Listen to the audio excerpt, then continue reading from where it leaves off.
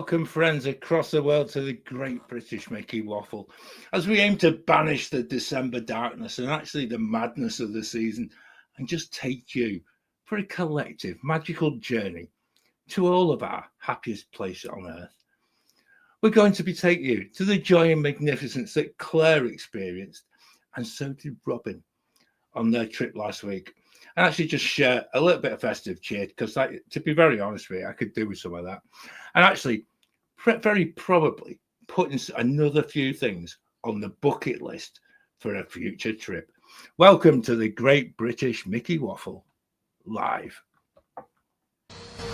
Now my wheels in motion and my windows open with the wind blowing in my hair. I'm driving down the highway, gonna do this my way. I can feel it in the air. Here I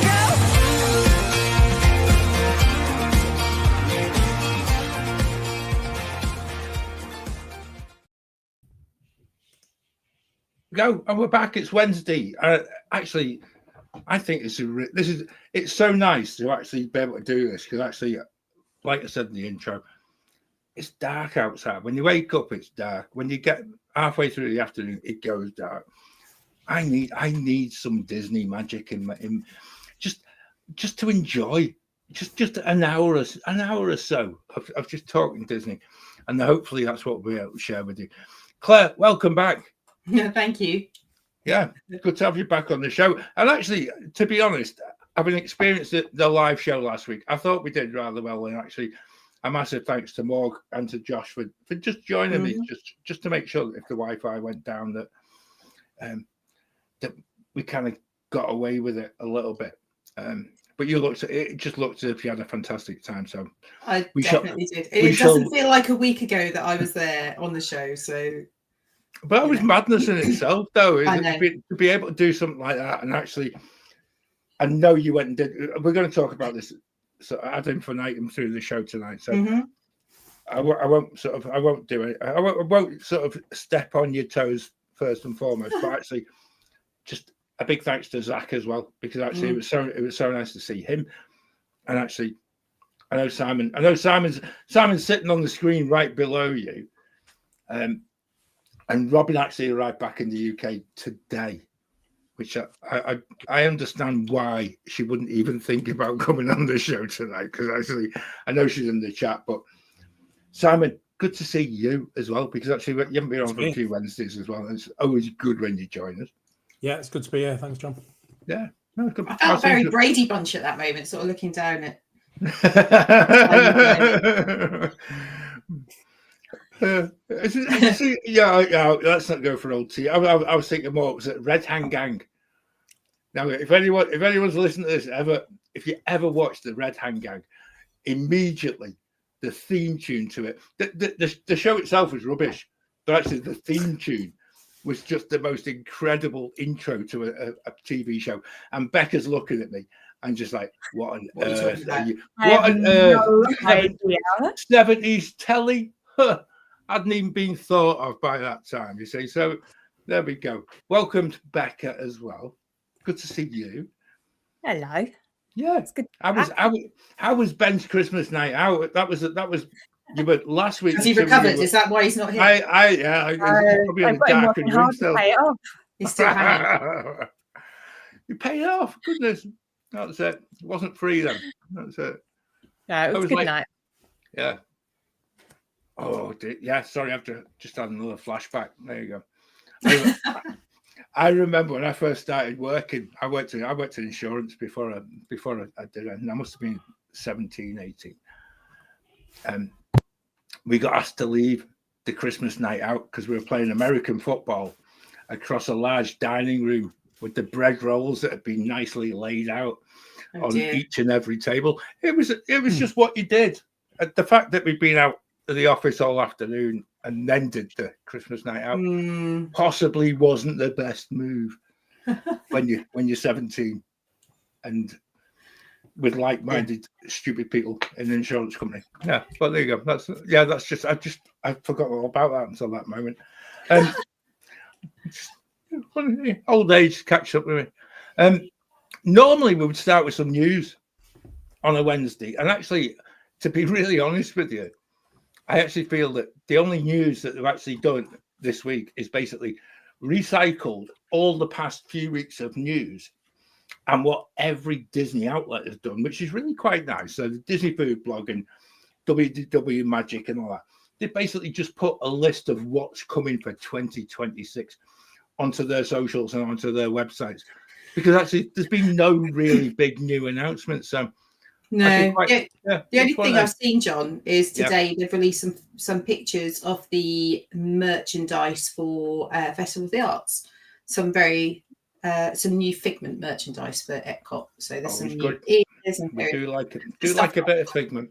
But yeah, lots and lots of Festival of the Arts merch has been promoted today. So that's the only thing I've seen really this week. Yeah, I know. It's really weird because normally we end up with that that Disney drop of Tuesday night, and it's like and you're like, excellent, there you go, we're all sorted for the show. So no, I'm just looking at that, but, well, it's the colours are a bit funny. Okay, yeah. Well, I reckon there'll be plenty of that in the outlets by the time I get there next year. That's it. I'd have thought so. I think so too. So we are. I think this is really nice because actually I don't think there's not a right or a wrong answer to this, because I think that the show was trailed as what's the best Christmas party at Walt Disney World. And actually, I don't ask me that.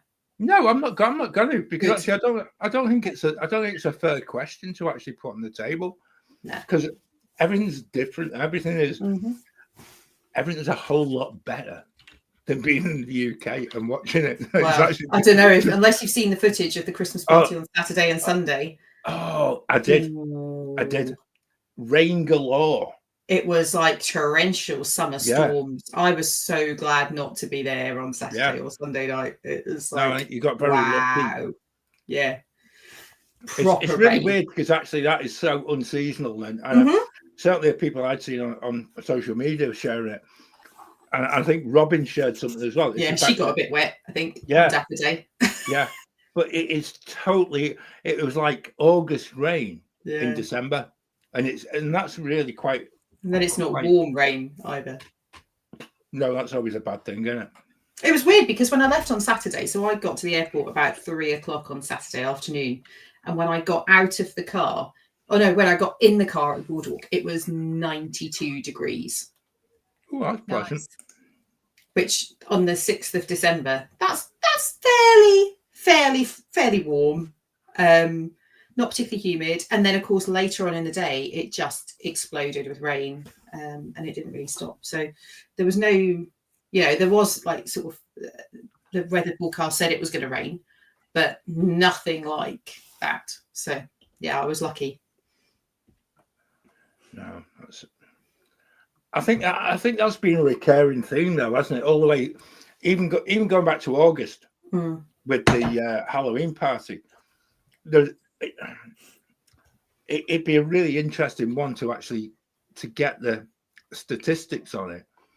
But I know we've said on the show a few times about the Halloween party getting rained off, and then people going and getting basically comp tickets for the Christmas party, and so it hasn't. That whole cycle really hasn't sort of panned out in the way that Disney were possibly hoping. I think it's probably basically now a time, because everything's sold out, that you're basically looking for money back, and not a good one. Not a good one. In the chat, John, we've got a few friends in the chat. I don't know if you've had a chance to see. Wendy was in early, as was Robin, but Wendy was with us. Yeah. And Heather, and then Faith from New York. From New York. Oh wow! Welcome. Yeah, no, thanks for joining us, Faith. We really appreciate it. And that's the nice thing about this on a Wednesday, because actually you get, I think last week we suffered very much from people watching I'm a Celebrity on the TV, and so loads of people caught up on the catch up. Tonight we're back to Champions League football and things like that in the UK. But in the UK. Faith's not in the UK, and she's a new viewer. So welcome. You are most welcome in the chat. That's probably a good reason, Faith. Right? This is when you finish listening to this. If you quite like what you hear, right, go and check out the podcast. Go and check out some of the stuff that we've done as a podcast, and then come and join us. If you're on Facebook, we've got a lovely Facebook community, the Wafflers Arms. Come and join us there. Just press subscribe or whatever you do on Facebook, because I'm rubbish on social media anyway. So, and then we'll take it from there. Yeah, thanks, Claire. Yeah. Hey, I tell you what. I hope you noticed. I'm on about a 10-day streak on Instagram for actually posting stuff on Instagram. Amazing. Yeah. I took a leaf out of Katie's book. I just decided anything I like, I'll just reshare. Share it. I'll just put it on me reel. It's interesting, isn't it? I did the same when I was away. So I took a leaf out of Robin's book and decided to upload stuff from the day before in the morning when I got up, and that was quite fun actually, seeing people's reactions to some of the stuff that we were doing. So it was good. I think that is my reminder to just move the show on. It's time for Claire to. Was I that subtle? To talk about her holidays. Wendy, thank you very much in the chat. Look, don't forget to hit the like button and to share it out. There you go, Wendy. Thank you. You keep me on track. That's even better. I like that. Yeah. Claire, your photos from last week and Robin's photos from last week. I just from this side of the Atlantic, they just served as such a reminder of what an amazing place Disney turns itself into over Christmas, and irrespective of wherever else in the year you manage to go, it is truly special at this time of year. And I must admit, I had a few moments last week where I'm thinking, I really need to get on a plane and just go and but soak it up, because actually the whole place just comes alive in a completely different way. And it may be the temperature, it may be the fact that there's so many special things occurring. And I know when we finished the show last week, you were off to watch the candlelight procession. We were, yeah. And that one thing in itself is the one reason I really want to go back and actually enjoy a Christmas at Walt Disney World. It's just amazing. And I know we did a show recently. I think it was at the show at the beginning of December, where we talked about which was the best time of year to go and all the different things you can do. And I was very much like August, like last week of August, first week of September is definitely my best time. I might have to challenge myself on that now, because the beginning of December, it was just so lovely. And as you say, the parks for Christmas they totally bring on a different experience and a different vibe. And I guess behavior is slightly different as well. I think people are slightly more relaxed. Everyone's excited for the holidays. They've just had Thanksgiving and spent all their money on Black Friday. And, everyone's, it feels like people are kind of a bit more engaged with what's going on in the parks as well, because there's like this kind of holiday feel. Whereas in August, you get the Halloween stuff, but it's not for everyone. And I think every park hasn't got something going on for Halloween. Whereas at Christmas, all of the parks have got like this amazing holiday feel. And it doesn't really matter where you are or who you're with. Everyone's got that sort of, you can feel this bubbling anticipation of excitement across all of the parts. And I really, really love it. So, I might have to change my answer on that. It was incredible. That show was pretty inconclusive anyway. So I think it's allowed. Just change it. It's the third time I've been that exact week. So the first time I went on my own, the second time I went with Anna, and the third time obviously I've gone on my own, but met up with people there. And it was fun. It was busy. And I think I added up that I slept collectively about 23 hours across the week. I was up late and bed late, up early. Because you know what? You can sleep on the plane. it was fun. I was not missing a minute of the fun that was available to me. So I had a real like power week of just getting. Even Robin said, "How are you doing this?" Because I was just like, "Come on, let's go!" I was like totally on, on a mission. But yeah, I just kept going. Thanks to coffee and alcohol.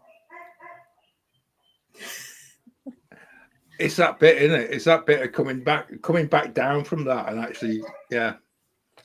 I know Robin said in the chat as well. It's as much as she'd love to be on the show, it's the fact that when you've just done the overnighter, coming back, and you just like your brain and your body is just absolutely that's it.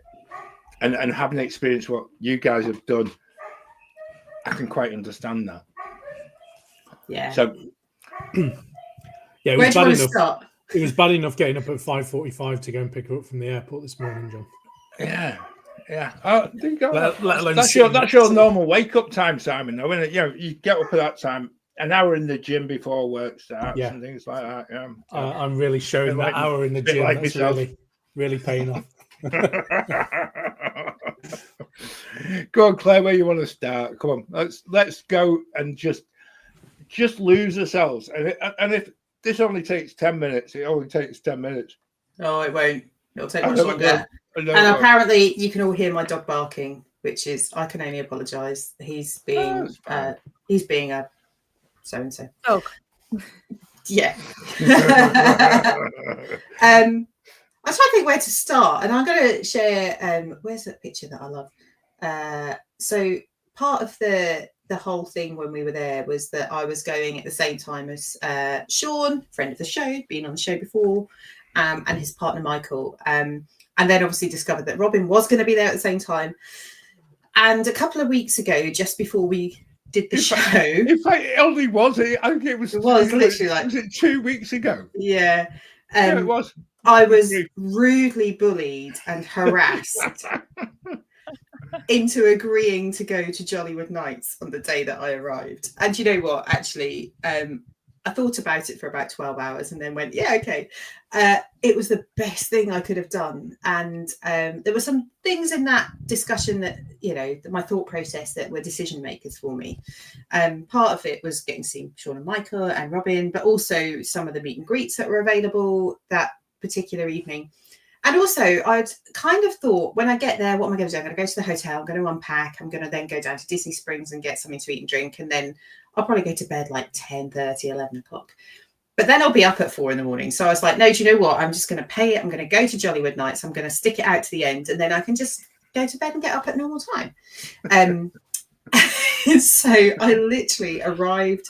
My flight was a bit delayed. It was the worst flight I've had for so long. So having Jollywood Nights at the other end was a real motivator.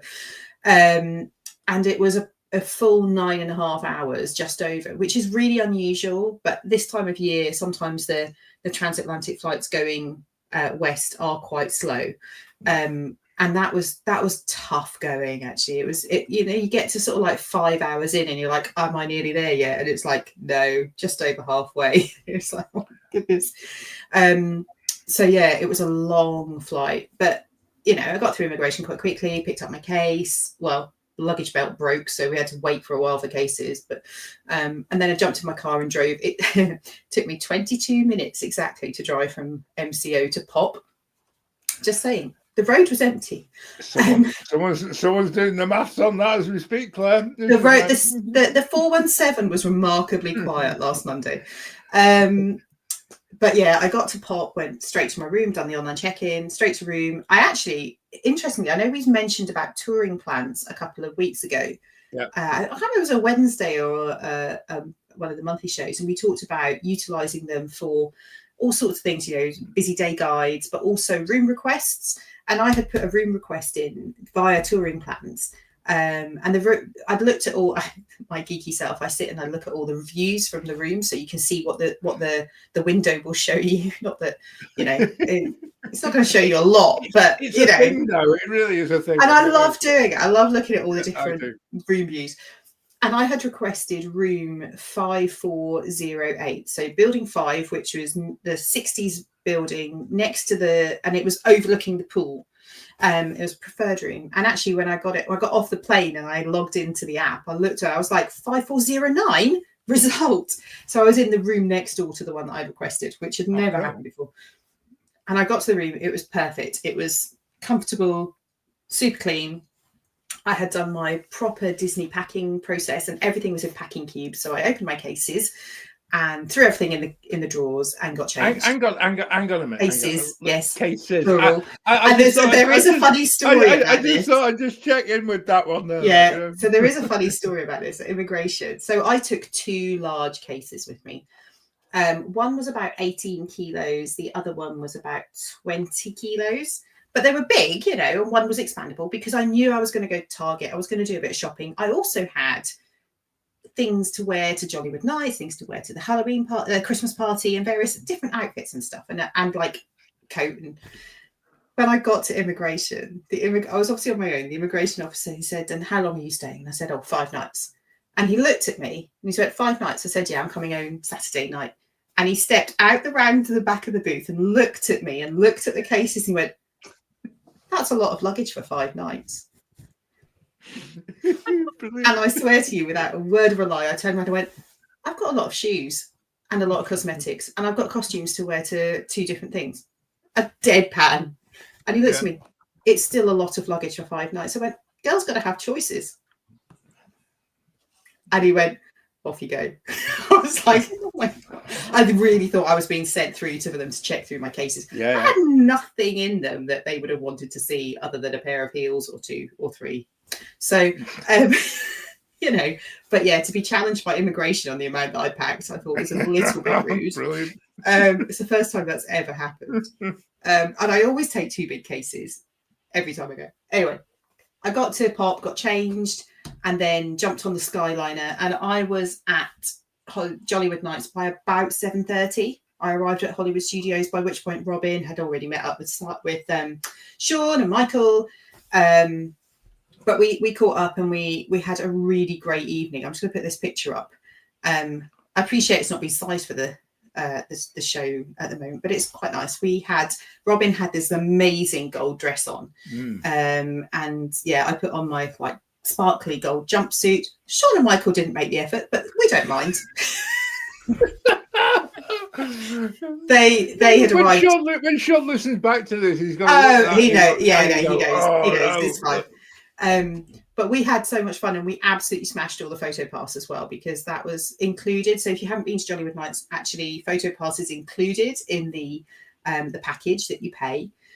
So Robin and I were like, yeah, we're gonna make sure we make the most of the photos. And so we did so much. We had we went to the Tip Top Club down by the back of Tower of Terror. They had like a jazz band playing on the courtyard, and they had a couple of Disney dancers there. So I can't remember their comedy names. Robin might remember. What the guy was called, Chip something, and they were dancing together and then dancing with people in the audience and the crowd. So Robin had a bit of a dance. I had a bit of a dance. It was fun. We went to outside of the Rock and Roller Coaster. They had the Latin band playing down there in that whole courtyard area. And that was amazing, actually. It was really great atmosphere. They had Panchito as a character dancing with like people and kids. And the dancers they had hired in for that were professional salsa dancers. They weren't Disney dancers. They were proper dancers.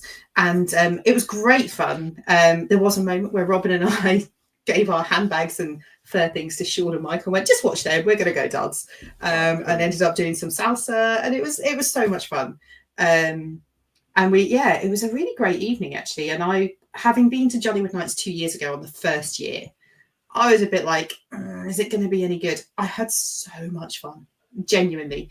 But the one reason that I really wanted to go, and I had to, commend Millie for this, was for this moment, which I may have teared up ever so slightly when I got to meet Bing Bong, because he is utterly massive. I mean, I'm not particularly tall, But I did have heels on in this picture. So I'm 5'3", but I had like 4-inch heels on. So you can tell how big Bing Bong is as a character. He's huge, and his little arms don't reach very far either. But it was so cool to meet him. And it's the only time in Walt Disney World that he's appeared. He's only a character in Disneyland usually. So that was, for me, the one thing I was like, I don't care what else we do, I have to meet Bing Bong.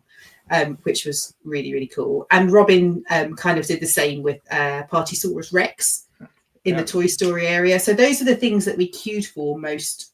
You know, that was the longest that we queued for anything, was to meet those two characters.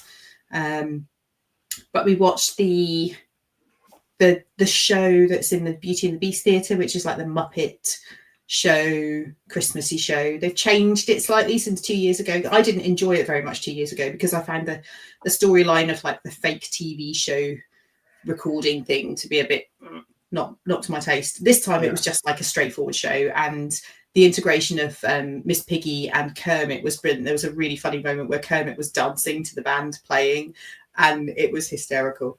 And they were all great performers. So yeah, there wasn't anything not to like that night, which was brilliant because we were there Robin and I left at like 12:30, I think. Yeah. Can I ask you a question about that? Yeah, of course. Because again, this is something going at the whole notion of Jollywood nights, and both you and Robin, and I know Robin and yourself, Simon, will come on and we'll talk a little bit about Dapper Day a little bit later on. But by choosing to actually dress up for that evening, which maybe Sean didn't get the memo, but I'm with Sean. I probably would be that guy who didn't get the memo, and then suddenly found myself in a park. Were you sort of the only ones dressed up, or were the majority of people within the park deciding? No, it was a bit of a mixture, to be honest with you. I think it was probably like 30% dressed up, 70% not. Lots of people had like matching t-shirts on, or Christmas t-shirts and stuff. There was a group of people who had made the effort to dress in sort of vintage Hollywood outfits.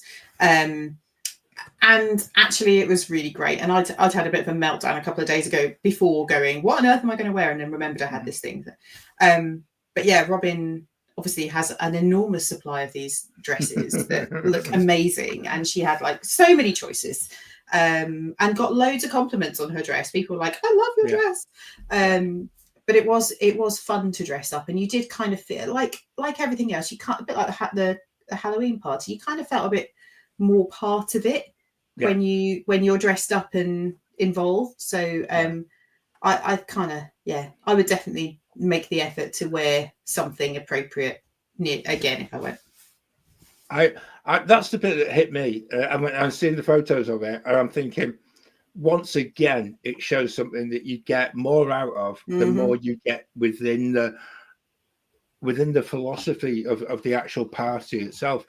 And and again, as somebody who doesn't like getting dressed up and things like that, because I just don't. That time last year when we did the Halloween party, again, that interaction that you get with cast members, but with other park guests, when you are dressed up, and I'm thinking, this is actually a thing. And actually, if you listen to this again for the first time, and I've no notion about what Jollywood nights would actually bring, and looking at it, I'm thinking, that's a really grown up and possibly, and again, a nice way of actually finding a party at Walt Disney World, where if you don't want to go down the line of it being sort of overly Christmassy and overly sort of kid-centric, you would get a lot out of. Yeah. It is slightly cheaper than the Christmas party by about $40 cheaper. I would say that it's probably fine in terms of like vibe and feel for like teenagers and over. Like I think Millie would quite have enjoyed dressing up and being part of it. Yeah. I'm not sure that a 4 or 5 year old's going to get a lot out of it, other than maybe the character meet and greets. There were some different character meets that were there, and the ride queues were a variable length. They did have an ice skating show in front of the the theatre, which we didn't see. There were some technical issues at one point. Yeah. And they did do Jingle Bell, Jingle Bam on the theatre, which we didn't watch because we were doing something else. So I think there is enough to keep you entertained for the entire evening. We didn't do any attractions. We were just enjoying the atmosphere. So I would say for teenagers and above, it's probably a nice alternative if you are keen to do the Christmas party. Yeah. That's a bit intrigued me, and actually I'm fair play to both of you, because actually being dressed up the way you were, that was my first thing that I woke up on last Tuesday morning, and I'm like, oh my word, that is a party night. And it's just like, visually, by getting dressed up, the two of you stole the show, and I thought that was absolutely superb. So where did you end up going from there? So you did that on the Monday on arrival. Yeah. What time did you wake up on the Tuesday? I bet you still woke up at 4 a.m. 6. Oh, that's good. 5:30, 6 o'clock. Not I bad. was in Magic Kingdom by 8:15. Oh, wow.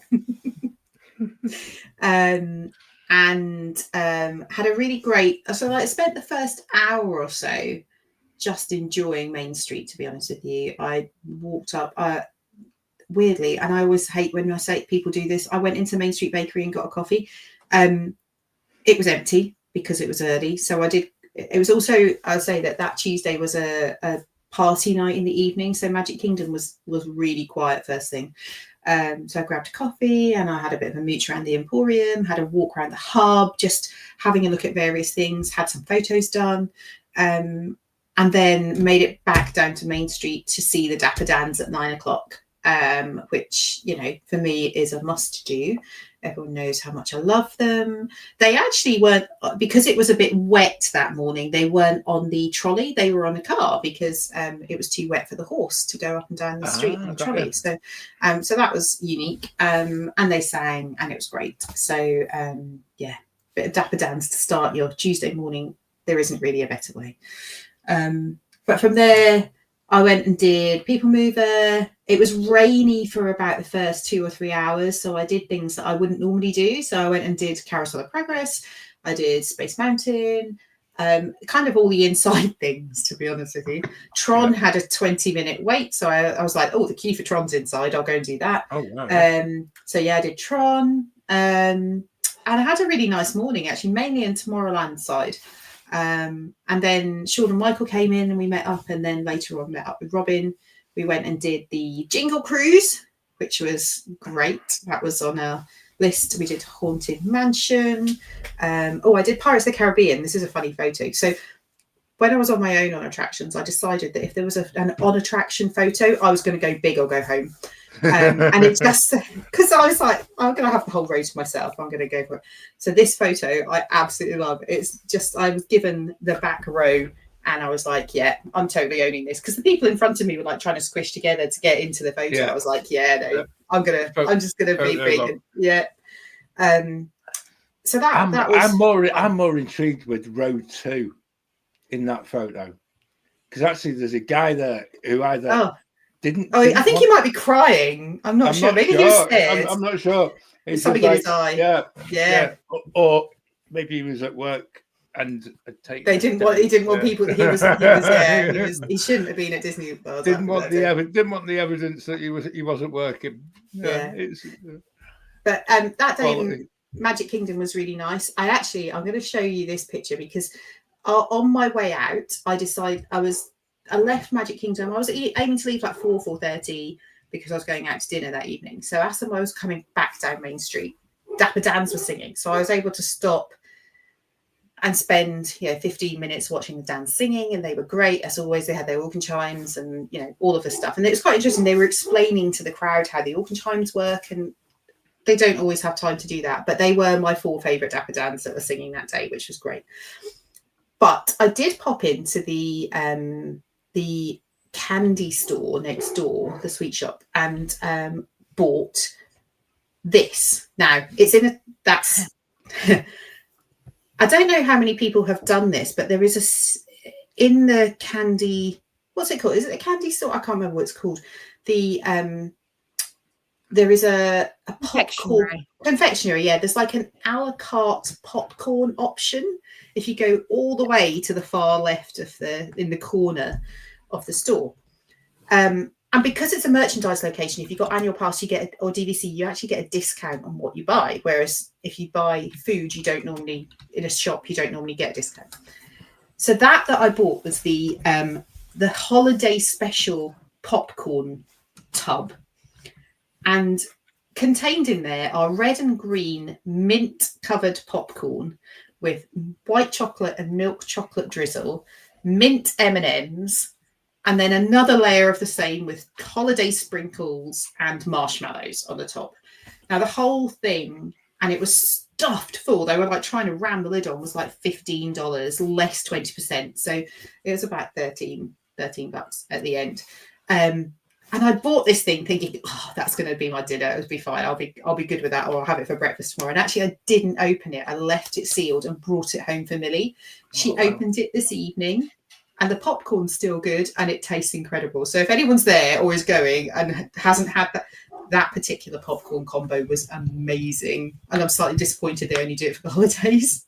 Yeah, or if anyone's there, just fancy sending some back, and we could try it for the Christmas party next week. You know? It was so good. Like tonight, I've tried it, and I'm just like, how is this so good a week later? If somebody could send that over, that'd be great. Yeah, it's amazing. No, I'm with you, Simon. I think that'd be a feature for next Wednesday's show. Actually, we will give you a message, and we'll give you a shout out, and actually just get in touch with us on the socials, and we'll let you know where to send it. That'll be fine. We'll even pay the postage. That's fine. I don't know that people have realised that popcorn thing is there all the time. And normally Millie has it before. She had the Starlight one. It turned her tongue blue. And it's such a good value option, because if you just go for the basic popcorn, you can choose. There's like 5 or 6 different popcorns. You get a sauce or a drizzle, and you get 2 different candies on the top. It's like $9.99 less discount if you've got a pass or something. And actually, for like $7.50, that's a bargain, because it is huge. Yeah. So if you like popcorn and you like it to just be slightly different, then totally recommend it. I was sold on the mint stuff. Yeah. Mint chocolate is like winner. It just sounds amazing. It is. Yeah. And I'm slightly sad that I didn't eat it all and then go back and buy her another one, but next time buy 2. There you go. I wouldn't have fitted buy in the 3 case. Buy 3. Yeah, you're right. You probably need another suitcase. At which point you get interrogated by UK customs. Yeah. Why have you got all this popcorn? Why are you buying popcorn? Yeah. So it's a Great British Mickey Waffle thing. Faith, I'm looking at the chat. Faith's still with us. So actually, thank you for that. That's always a good sign. But she actually went to the Halloween party this year for the first time, and actually that's exactly where this whole bit of parties and Disney and all that kind of begins. And once you've been to one Halloween party, it kind of rolls on from there, and you realise that was a bit good. Let's go let's change the time of year we go, and let's try and see if we do this. So, I'll put the usual disclaimer in there for Faith: is the Great British Mickey Waffle accept no responsibility whatsoever for you spending a lot of money on future holidays, because actually, and we're all guilty of it as well. And it's such a fantastic thing.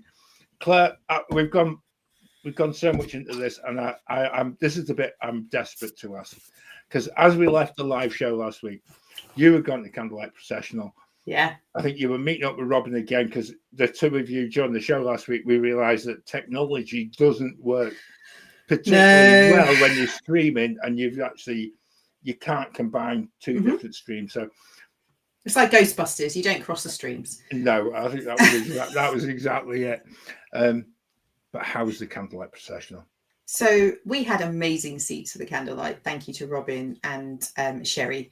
We sat just at the back of the front section, and we had a nice drink to accompany it. And yeah, it was the Joffrey's cart behind the American Gardens Theatre does some really great speciality holiday drinks that look and taste just like espresso martinis, or large Baileys if you're Robin. And they were great. Zach did a sterling job being the drink boy. But like the water boy, but not with water. And so we had some drinks and we sat there, and Susan Egan was our narrator, so the voice of Megara from Hercules. She was great. The choir were amazing. The band, there is something about it that makes me giggle, and Zach knows this, and Robin can see it happening as well. There is something about the ceremonial trumpeters, which have got like the long trumpets, not the short trumpets, and the way that they move with their trumpet, and it just makes me giggle. They're a bit like Lego men or something. I can't quite work it out. But where we were sat, they were basically playing at us, which was fantastic. I loved every minute of it. But there were people who were wincing and like, this is really loud. The orchestra were incredible. The conductor is the guy that we like, who's not particularly tall. He does quite a lot of jumping while he's conducting. But it was wonderful. And, you know, there are moments in that particular production that are emotional. There are moments that are exciting. It was great to be there. And I know the first year I saw it, I was a bit like, oh my goodness, this is like the nativity story, but with glitter. I appreciate it slightly differently now, but I still feel, you know, there's a lot of glitz and glam that goes on with that particular, you know, extravaganza, I think is the only word for it. But it was fun. And we had a good evening sitting, watching that. And then actually we went back to the DVC lounge, thank you to Robin, afterwards, which is above the Imagination Pavilion, and we were able to meet up with Mickey and Minnie in their ski wear, which was like a unique thing. So they have this thing for DVC members who are American that you can't book into or request if you're from the UK, Robin was explaining, but because you're from the UK, they let you in. And we went in there and it was empty. I mean, there was like 3 groups of people in there, and one of them was a group of guests who had clearly been there with the characters for quite some time. They were like, come and see Mickey and Minnie quickly.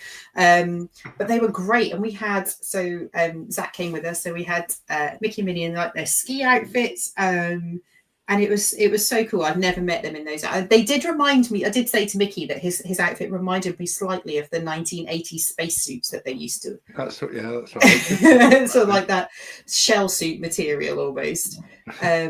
But yeah, it was really cool to meet them in those costumes, which were unique because you don't often get to see them. Mm-hmm.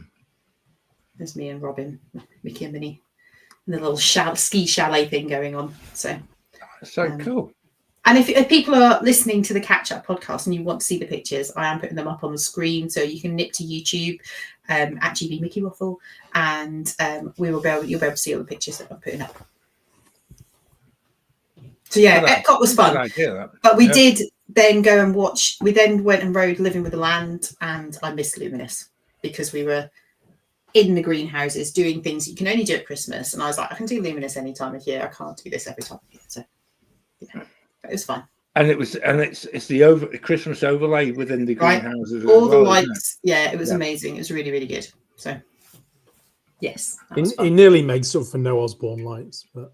Not quite. I never saw the Osborne lights, so I'm a bit sad about that, to be honest with you, because everyone talks about them so fondly, and sadly I never was there at Christmas at that point. It was very busy, like wall-to-wall people busy. The lights were gorgeous, but you might not have liked the amount of people. Maybe so. It's really weird though, Claire, because actually last week our Joe was playing. He was doing a percussion piece for a brass band. I'm just scrolling back through my messages for him, and he shared with me the music from the Osborne Lights, and it was the. I'm searching desperately. Here we go. wherever we are. It was the bit where it was Trans-Siberian Orchestra, So and it was just that moment. But he was playing the drum bit for this brass amazing. band, and he sent me it, and I just said, "Oh my word, you've basically taken me back like 15 years." and there's a bit he was when we went to see it with him, he was in a buggy, and he got out the buggy, and he was actually just dancing around the buggy to the music, and it was just like, it's one of them moments where you've got probably for a young child, it was just complete overstimulation of the music and the light, and he was basically just sort of, yeah, I wonder why he became a drummer. That's it. Yeah. And it was just magical, and for him to be able to play that now for an orchestra, it's just like, or a brass band, it's just like, yeah, when you're just like, yep, parenting tick. I have achieved. Oh, it's just, but it's amazing. And actually, as a show, it wasn't just the lights; it was the music that went aside it, and that for me was one of the biggest and saddest losses. I'm with you, Simon. The fact that, you know, they should never ever have got rid of all the lights.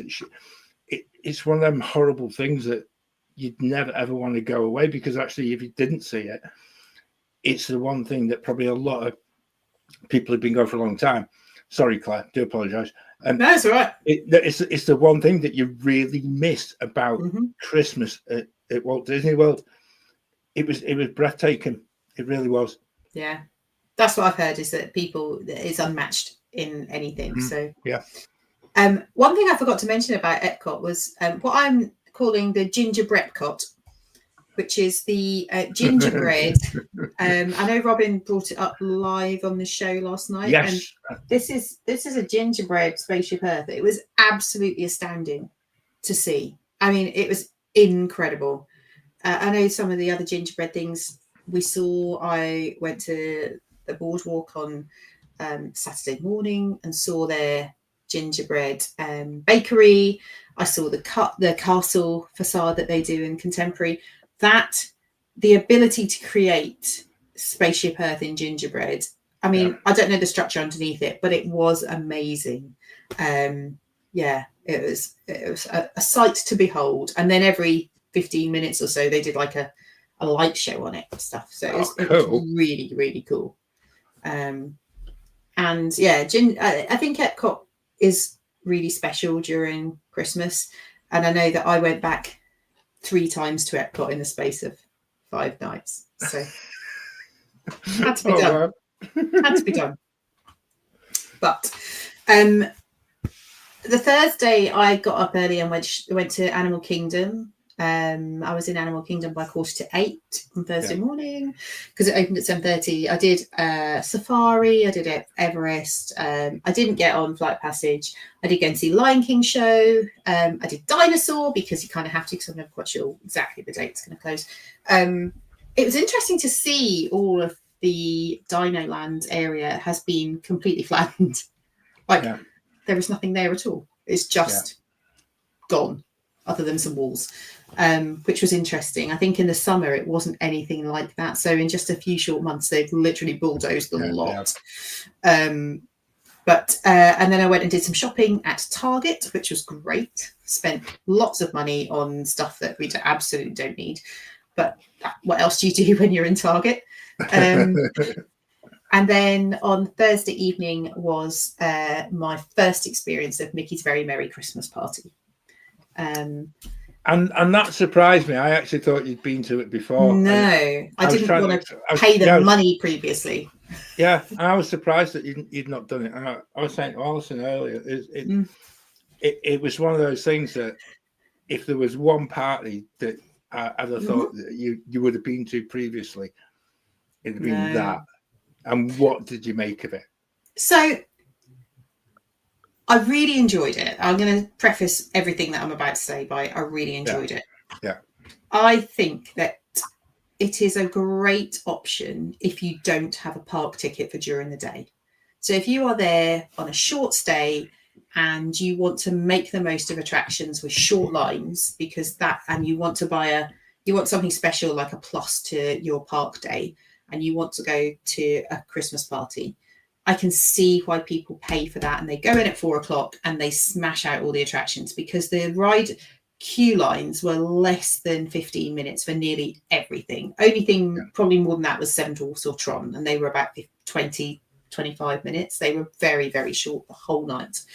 Even Peter Pan was like 15 minutes.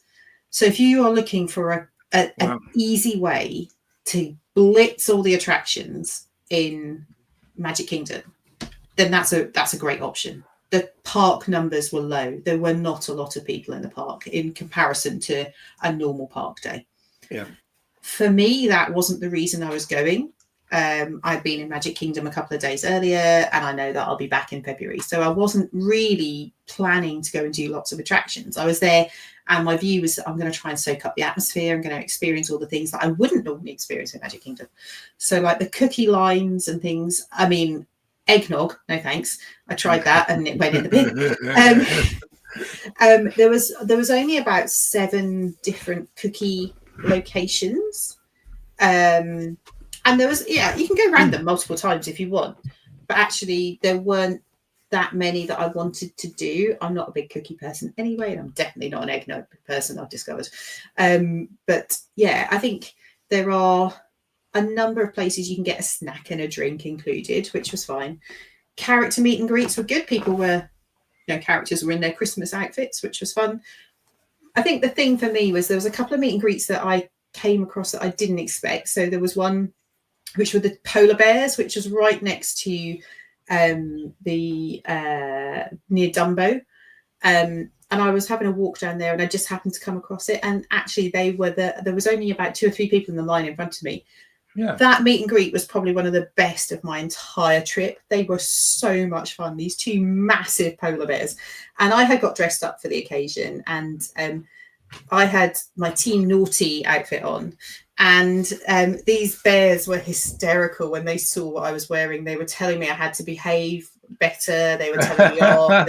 And then I was like, I'll try and be good. And like they were doing the pose with me and everything. But they were just so shocked by my brazen Team Naughty outfit that we had so much fun. And the interaction went on. There wasn't very many people in the line, but yeah, there was no time limit. It wasn't like go in, photo, off you go. It was definitely slightly more plus than that, and that was really fun. So I enjoyed that. And then the parade, the fireworks were amazing. I really enjoyed. I'm not a big fireworks person. I don't like the queues. I don't like the people. I found a little gap in the hub that I stood in, and it was really, really good. The castle looked beautiful. And then the parade was really good. It snoped for like 20-25 minutes non-stop. It was the precursor to the parade was the Kringle crew. They came down with these great big balloons and played, people on the street. There was lots of bits of the parade I really enjoyed. There was a bit where they were on looked like they were on skis, some of the cast members, and skiing around. Yeah. That was really cool. And the characters were engaged, and they were all in their Christmas outfits. And obviously Santa at the end. There was a bit where there was 6 white ponies pulling Cinderella in her carriage. I was like, they're real ponies. And I was with Sean and Michael. We were like, ooh, okay. You don't get that very often in Magic Kingdom. You get the horse, pulling the trolley during the day if it's not too wet. But yeah, the 6 ponies pulling the carriage was beautiful. Reminded me of the old Disneyland Paris parade where they had the reindeer pulling Santa. And then obviously Santa at the end. It was really cool. I loved the parade. I loved the atmosphere. Yeah. I am not sure if I was going to Magic Kingdom during the day at another time that I would pay it again. I don't know. I might, but yeah. I enjoyed it, definitely. But was it worth the dollars that I paid? I think it was $220. Wow.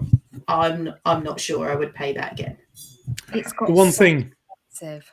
That's the one thing, isn't it? It seems that every year, and it's the same for Halloween. Yeah. The prices go up every year, and it's almost like, are they going to reach that tipping point where people stop going? But it basically sold out, and it sold out a couple of weeks ago for the season. Yeah. So it just continues to sell out, even increasing those prices up. So it's almost push it as much as they can until it reaches that tipping point. But Yeah. I have that thing with some of the parties where if you can't fit everything in that they have on the agenda or for that evening, I think there's either too much or they need to address things like lines for special characters, and because I think you should be able to achieve everything they have available within that single ticket. And I think there's kind of a limit to how much you can get done. You either pick the characters or pick some of the shows and the cookies, or do that and miss some of the other bits. And I think that's always the bit that I struggle with all the parties, is just it's a lot of money to not achieve everything that they have on offer there. Yeah, I'd agree with you. Absolutely. Even though you always come away and think, I had a really good night. It was really enjoyable. Yeah. And I think if I was looking at value for money, for me, the Halloween party is better value for money. To start with, it's, I guess, the time of year that I'm there, it's a little bit cheaper because I'm going in August or September. I think what you get for your money is greater value. And I think that there is something about the option to dress up and also Boo to You parade. I prefer Boo to You to the Christmas time parade. Controversial. But the Christmas parade becomes the parade for the week of Christmas anyway. Right. So that would be, I think that would be the only thing I would want to go back to see for the Christmas party. So if I was there the week of Christmas, I would absolutely would not pay for the Christmas party. Yeah. Whereas I think, Boo to You is really special and long and fun. So that's just my experience. And, I suspect I'll go again at some point in the future. Is that you concluding that you were more of a Jollywood Nights person then? This trip, I would say yes. I see what you're up to there, Simon. I can see where you're going on this. This trip, I would say. I think I enjoyed them equally. I think the fun of Jollywood, the atmosphere of Jollywood Nights was really cool. Yeah. Now, amidst all this, and Simon, this is where I need your expertise on this, because actually Robin then ended up doing a Dapper Day within. I think was it in the studios, or was it just? It was the weekend. So Epcot on the Saturday, and then Hollywood Studios on the Sunday. Now that looked absolutely immense, and that, again, that's something that. How do you guys get involved in that? How do you actually know that that's the weekend that you all? Because if you get the wrong weekend, my eldest son said today that somebody at work had got time off work today to go to a funeral and came back to work 10 minutes later. Well, probably 15 minutes later, with the acknowledgement, the fact that, whoops, the funeral's tomorrow. I need to go. To which he turned around and just said, "Oh, there you go. You can go pay your respects twice." So, but how do you actually get the calendar, and how do you guys decide on what you're actually going to wear? That's a more difficult question. The easy part for dates is that they're not official Disney events. They're fan events. Yeah, they're fan plan. But dapperday.com is the website that usually posts all of the planned dates in the year. So it happens on both the East and West Coast, and they post the Dapper Day event dates on there. So that's the source of it. But I think once you've made friends with other people that also go there, it becomes impossible to miss those dates anyway, because there will be a message from somebody saying, are you going to Disney over this weekend because of Dapper Day? So that is usually the trigger point for what is the theme for what's going to be worn that time. So it will always be plan your outfit based on, for me, it usually has to be based on how hot it's going to be. You will rarely ever see me wearing trousers at Dapper Day if the temperature's above like 25 degrees. So I'm always in an outfit that's usually shorts based, but I will often be in a shirt and maybe a waistcoat, sweating like mad. But yeah, I leave most of the outfit planning to Robin as to what I'm going to wear. Probably a good idea. I will pretty much go with the flow. If there's a color scheme, I'll have something that will match with whatever everybody else is wearing. We've had the odd few times where we've done outfits where we did like a monorail thing where the guys went dressed in the old school monorail crew colors. Wow. So we had like burgundy colors and white shirts and hats. And then all of the girls were in monorail embossed dresses of different colors to mirror the monorail That's very cool. colors. So that was obviously an element of planning, but sometimes it just comes with a general theme of something in this color, and then we all align. So this intrigues me because actually I'm now you said where I can find it. So unfortunately, Claire, please note there's no August date, so we're all right. It's not. The next one is May. It's like April. It's like yeah, a week there's before one in I go April. in. Yeah, it's like there's a one week in before I April at Disneyland go. on Sunday, the 19th of April, and then the Walt Disney World one in May is a weekend, 2nd and 3rd of May. Yeah. And then the dates for the fall next year, the 15th of November in Disneyland, and then the 5th and 6th of December at Walt Disney World. And actually, and this is the bit. I know I've become quite flippant about this, but I'm really getting into this, dressing up and going to do Walt Disney World properly. There were some amazing costumes, and I was just some of the things, particularly the men were wearing. There was a guy. I saw some footage today. There was a guy who completely dressed as Dream Finder, and went and met with the Figment character. Yeah. He was incredible, like the full steampunk purple suit, hat, the lot, and it was some of the things that people wear are just amazing. There's so much effort put into it, and it's all sorts of era range, right from like 1920s steampunk, 30s, 40s, 50s. It's great. What I loved was because obviously I've done Dapper Day a couple of years ago with Anna. As we were walking around the park, and you could see the puzzlement on people's faces when they see the first couple of people, and they're like, "Oh, they're dressed nicely. What's going on?" And then as the day goes on, because people, there's more and more people as the day goes on. It's just the whole place is absorbed by people in these amazing dresses who clearly made the effort and are having so much fun, saying "Happy Dapper Day" to each other. It's actually a real vibe in the environment, and it just adds to the experience of the park that day, I think. It looks amazing. And Simon, please pass on to Robin the fact the photos that she shared on socials were just absolutely incredible.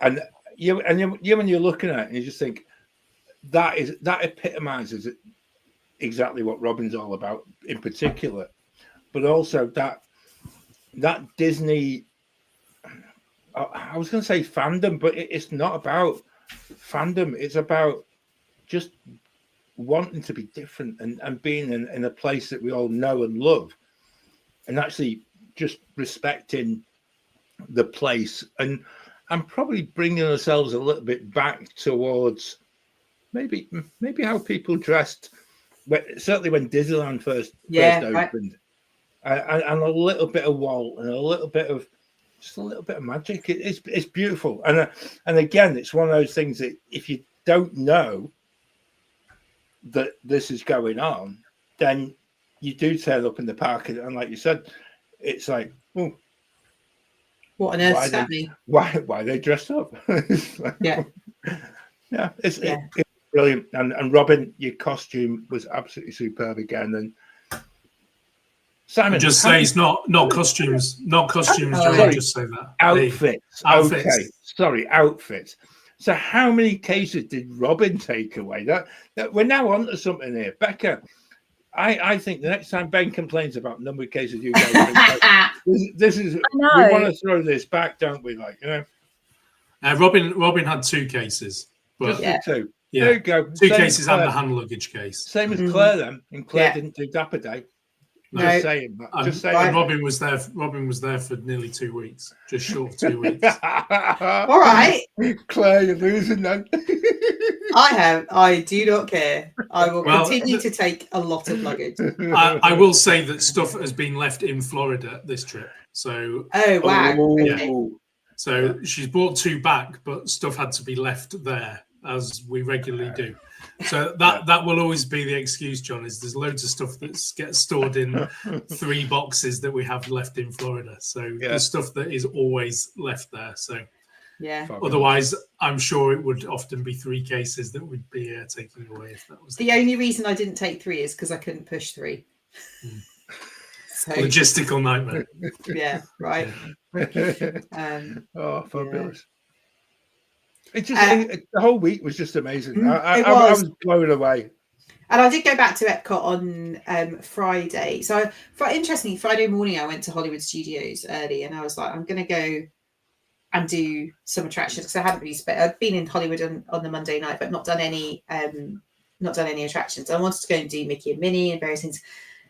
And I got to Hollywood Studios. It was so busy on Friday morning, like seriously rammed. Everything had more than 60-minute queue.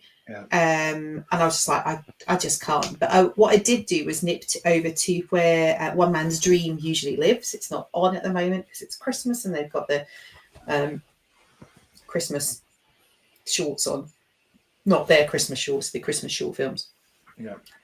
But in there, they did have possibly one of the coolest things I saw when I was there, which was in the cases at the end. Often they've got costumes from various upcoming things. This time, because it's nearly Christmas, they had the costumes and clothing from the Santa Claus the movie. So these are Tim Allen's pajamas, and I was so excited by these. I actually got very, very excited by seeing Tim Allen's pajamas. He's not very tall. He's not a tall man. And they had Bernard's costume from the second movie. And also they had Judy Elf's costume. This is the tiniest little dress I have ever seen in my life. It wouldn't, like Millie wouldn't get her leg in it. And she's, 13. The girl who played Judy must have been, 6, I would have thought. It felt like looking at that. She is so small. I can't tell you how small.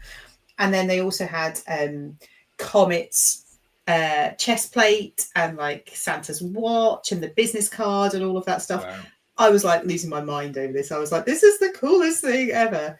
They also had some costumes from Noelle, which stars Anna Kendrick, who appears to be normal human size rather than what I expected, And they also had some costumes from the Muppet Christmas Carol, the original Muppet Christmas Carol costumes. Oh, my word. Which were really cool to see as well. So they had wow. Bob Cratchit, Tiny Tim, they had Charles Dickens, and they had Rizzo the Rat's costume as well.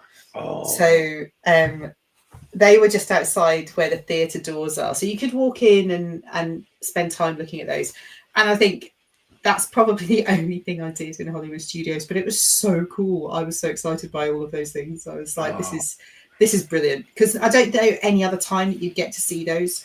It was really, really cool. So yeah, I'd be there. I'm Yeah. a sucker for anything that is old movie props, costumes, like right. Yeah.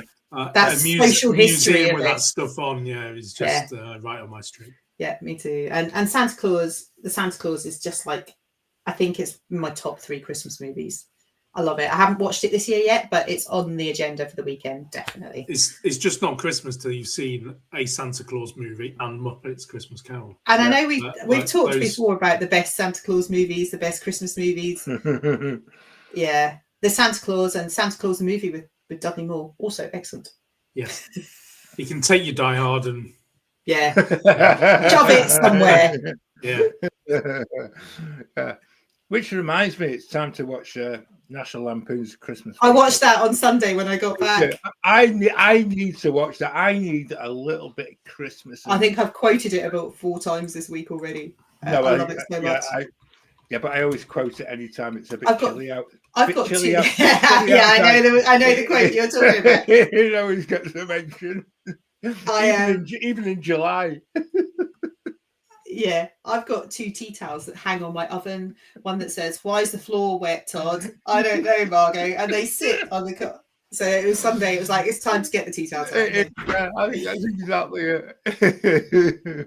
But we're not like America. We don't do the 24-hour slog of A Christmas Story, which that seems to be. I don't know I mean, we've no doubt got some American contingent in the chat, but it's not a film that I could get on board with, having watched it. Heather's now started the debate. Oh, Heather! If Lloyd was still here, he would be taking you down. Not a Christmas film, and actually, it's only when you sit down and watch Die Hard you realise, oh, is this a Christmas film? And then, I was and if leafing you're not going to through watch the Christmas Story. I was leafing through the Christmas Radio Times the other day. I have one, and Die Hard is on. I think on Christmas Eve. Yeah, good grief! I've not even bought mine yet because it was that expensive. I'm going for the cheap option, which is a third of the price this year. I'm not paying £6.50 for it. It'll have sold out anyway. It just gets slung in the recycling. I did have a good experience. I pre-gamed the Christmas party, so I'd had the day in Animal Kingdom and Target, and I hadn't had a chance to eat anything. I was like, right, I'm going to go to the Christmas party. I need to eat something. So what I did was I got changed and I headed on the bus to the Magic Kingdom about 4:30, and then walked over to the Contemporary and sat at the bar in the Steakhouse 71 lounge and had food and drink before the Christmas party in Steakhouse 71. That's a great idea. But they had Home Alone on the big screen, and I was like, this is awesome. So I sat there with a great drink, onion rings, 5 onion rings, to be seasonal. And it was 5 on the plate. And Home Alone. It was fantastic. Totally recommended. I actually think, that they are the greatest onion rings known to mankind. Yeah, they are. And I had that conversation with about 6 different people who were also sitting at the bar. Yeah.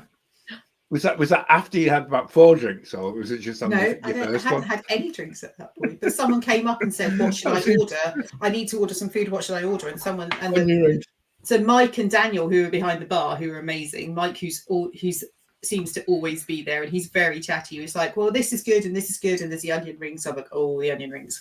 Yeah. And this guy said, "Are they good?" And I was like, honestly, they're the onion rings by which I judge all other onion rings in this world. Yeah. He's like, I'll have the onion rings. And then he came back and he told me he agreed. So no, I think that's exactly it, Claire. We've already got plans for next year for them. It's just right. But if you're going to the Halloween party, go to Steakhouse 71 Lounge just before. That's a good call. There we go. Thinking, plan coming ahead. Planning coming. Plan is coming together. It is. Yeah, I missed that in the news at the start of the show as well. Like, it's very much the whole thing of, I spent the past week, and because Claire and Robin were in Walt Disney World, I actually felt I had to book flights for next August. It's awful, as always. Yeah. Had to be done. And we go for 4 weeks. Amazing. So. That's incredible. If you're booking a flight, you might as well stay as long as you can. Absolutely. I think we are going to be there at this sort of time next year at Disney. Oh, cool. I think this is our sort of. Does that mean we can do the same show this time next year as well? Simon, yeah, why not? Let's recycle. Let's recycle those ideas, John. I mean, we'll just chuck in a few films and things like that, and then we go from there. Right. I just want to say the only other thing that I did, and I'm aware of time, that I think absolutely was a deal breaker for me in terms of Christmas experience, holiday experience, and this time of year at Disney World. And I know we talked about before, for me, and I've realised more and more as I reflect on my trips, I do less and less attractions and more experiences. And for me, on the Friday where I'd been to Hollywood Studios in the morning, and I decided it was just too busy, I wasn't doing it. So I decided to walk over to Epcot So I got on the pathway. It took me about 15 minutes, walked through the boardwalk, took some photos of the gingerbread and down and over to Epcot. And the reason that I went to Epcot was to see Voices of Liberty. And I sat in the American, the pavilion inside that dome for about 2.5 hours and watched 3 sets of Voices of Liberty back to back. They happen every 45 minutes, so they sing for 15 minutes and they have a half an hour break. So it's really easy to just sit there and wait for the next one. Pick your seating spot carefully. They're incredible. They're just so good. And it was a different lineup each time. Had some people that I recognised, some people I didn't recognise. But it was lovely. They were wearing the Dickensian costumes, which I know that people go mad for. I kind of like where I'm from, up the road in Rochester, they do Dickensian weekend every other, so it's not this big thing for me. And I'm just like, oh, they look really uncomfortable to sing in.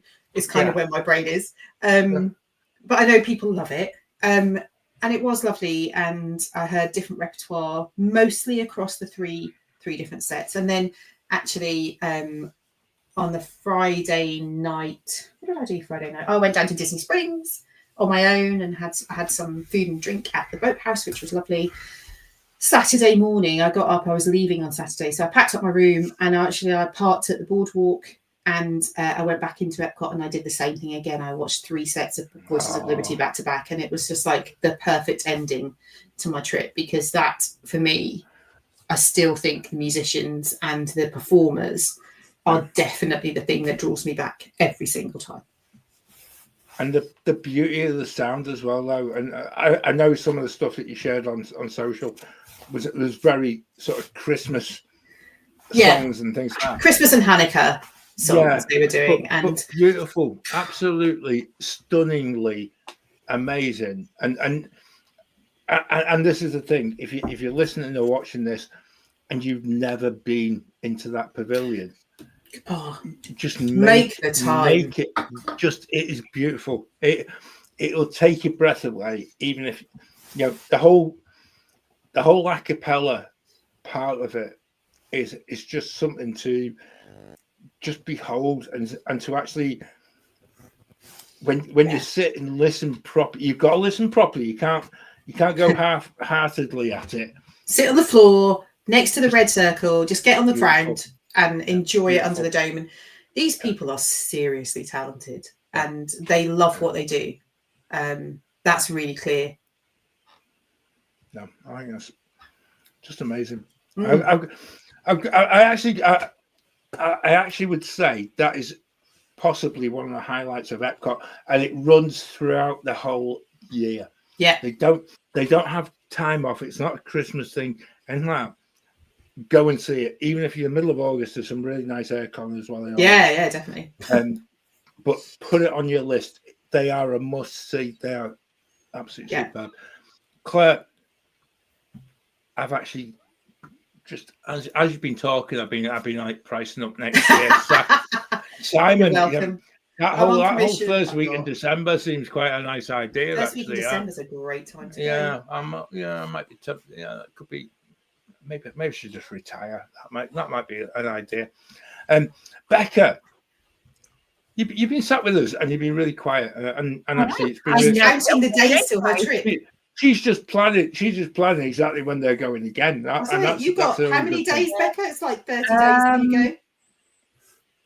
Not just. It's just over. It's about 6 weeks. No, I think it's only 5. It's the 24th of January we go. So like 5 and a bit weeks. It's not long. Yeah, 5 and a bit weeks. Not long. We're not doing Disney this time though, which is a bit sad. Yeah, you said that before. No, we're literally not doing Disney. We have no tickets. No, currently. Epcot for a day. There we are. We're not doing Disney, but we might do Epcot for a day. No, we're not doing it. We looked into it. And we've decided that actually it's not worth the price, even though it's festive with the arts. Some of the stuff's closed for the day. It's going to be incredibly busy. Yeah. Go and enjoy it. Tell you what. We want a nice, relaxing trip. A January day in Florida is way better than a January day in the UK, I must admit. Yeah. Yeah, Wendy. Yeah, snoozing spot, but yeah. Yeah. That's only when you get into the film. We'll maybe discuss. I think we'll discuss that. I'll put that on me. I'll make a post-it for the whole American adventure thing, because actually I think it is very underrated and it's very underloved, generally by Americans. We'll leave that for another show. I think I could go off on a tangent. On a jog. I don't rant, Claire. Sorry, you don't. You just express yourself. I just merely sort of talk from the heart and then listen back and go, did I really say that? Yeah. Speaking of which, seamless introduction. Segue. Amazing. Yeah.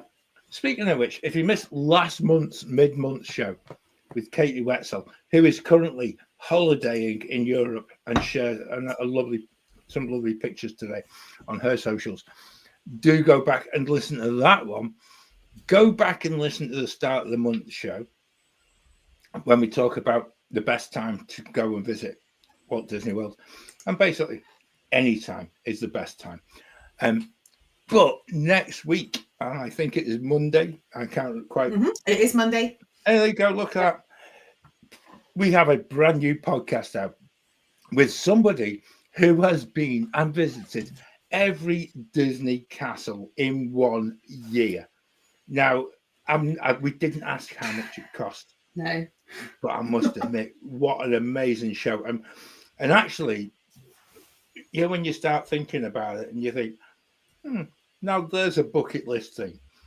It was just an absolute wonder to meet back with Andy Goulding. He was very honest with us throughout. He was very frank with us. It was a show that actually, I think Andy himself probably will listen back and go, I gave away a little bit too much of myself in that. But hey, we'll just chuck it all out there and we'll let you listen and enjoy. It was brilliant, and I really appreciate Andy for what he shared, and actually the inspiration that he'll give all of us to go and try and try and achieve what he's actually managed to do this year. And again, in the face of adversity, because he did talk about the fact that exactly a year ago today, he actually was laid off from his job, and they received an email to say, we don't need you anymore. And so from that point, he thought, well, there you go. You're going to pay me contract up. Let's go to Disney. And I just thought that's what we all do. We all look for ways and means to go and do. And Claire and Simon, please pass on this to Robin as well, because when you're this side of the Atlantic and you're actually seeing so many amazing pictures, so many amazing experiences, and it only serves to show why we all want to go back there and why we all want to go back to our special place. And again, why we do this podcast and we do the Wednesday shows like we do, because you lose yourself in it. Yeah. And it is truly magical. So a massive thank you to the three of you for joining us tonight. Claire, thank you for just taking the whole show. And just, you're welcome. And actually, if you can just get a few photos and put them in the Waffler's hands, I will do. And then people can actually, just use that as a little sort of sideline when you listen to the podcast on Friday. You know where to find it. Yes. It's been brilliant to know that there's new people joining us week after week. It's also brilliant to know that we have so many people in the chat who join us every single week, and we really appreciate you doing that. Wendy and Heather in particular. I don't know how you do it, because you stick with us, and I don't know. This is you get to this time of year and it's just like people you appreciate. So a massive thank you. And next week, guess what? It's Christmas party time. Look, I need to. Look, I've already got my Christmas tree up. Look, Christmas right behind party. me. Oh dear. Yeah, lights have gone out on it. I need to reset, recalibrate my timings on it. We should see if Lloyd's available to join us for the cocktail. Yeah, well, Been there, done that. I'm not sure what time of the day or night it is where he's living. That would be quite something, wouldn't it? But yeah, Christmas party. Come and have a laugh next week at our expense, as always. Be good fun. And I'm sure there'll be other surprises as well. In the meantime, make sure you download the podcast when it comes out on Monday. Faith, thank you so much for joining us. It's just been absolutely superb. And come and join us again. We'd love to see you back in the chat and actually go and check out some of the other stuff and then get in touch with us on the Wafflers Arms. It's always good to see somebody new. Until next week, I'll shut up for at least for at least 6 days, and then we'll be back next week. But until then, we'll see you soon. See you real soon. See you soon.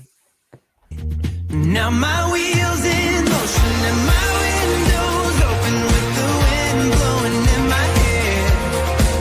I'm driving down the highway, gonna do this my way. I can feel it in the air. Here I go.